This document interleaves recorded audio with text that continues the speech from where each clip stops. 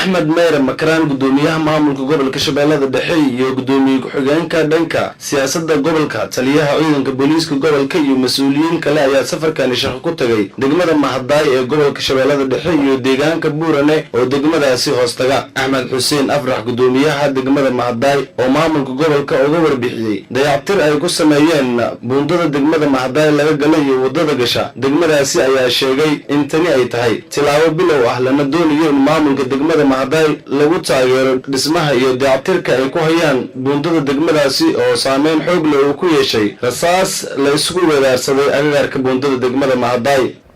xaaladda buundadan meel halis iyadoo maraysa ayaa ilaahayna tusay waana isku xilqaanay maamulka degmada mahday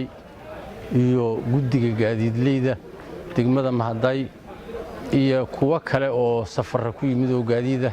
waxoogaa guruushaada oo aan ka qaadnay ayaan isku xilqaanay inaan si ay ahaaday si la fiirsan kara ma ahayn inaan wax ka qabanno waa suurageli weysa maalintii aan daha furayna inaad ka soo qayb gashaan sababtoo ah ummadda u baahneed inay marto sidaa daraadeed haddana way dhimantoo sidaad arkaysid buundada degadkeeda horene ilaa 30 mitir uu rabaa in hawl laga qabto dhinacan galbeedkana sidoo kale 30 mitir uu rabtaa in hawl laga qabto maanta marka waxaan nasiib wanaaga in gudoomiyaheena gobolka adigoo ah adna soo booqato aad aan ugu faraxsanahay dhanka kale gudoomiyaha maamulka gobolka Shabeellada Dhexe ayaa booqday xaafadda Waabari ee deegaanka Buurane halkaa oo ay ku sugnaayeen caruur yar oo cudurka jadeecada saameyn xoog leh ka soo gaartay waxaana xaaladda cudurka jadeecada ee deegaankaasi ka dilaacay iyo saameynta uu geystay ka warbixiyay mid ka mid ah dadka deegaanka Buurane ku dhaqan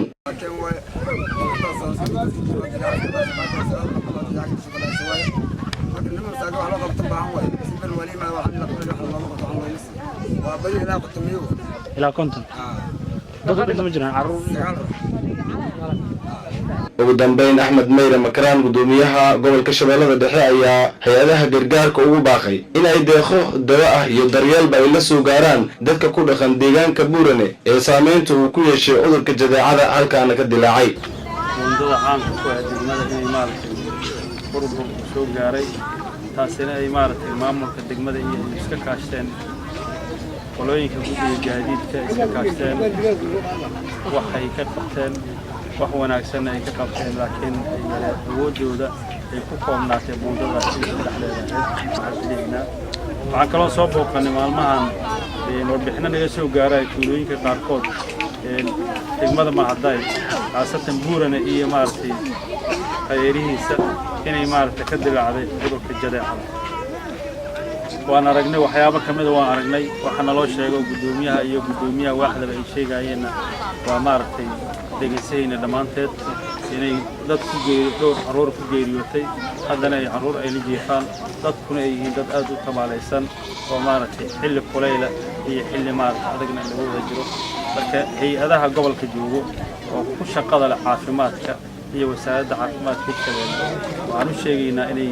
wax allaale wixii ay hayaan ay u yimaadeen dadkan caafimaad darrada hayso iyo عبد الفتاح أحمد معلو عبد الفتاح زكي مقال بهيها بولشو مقالة الجوار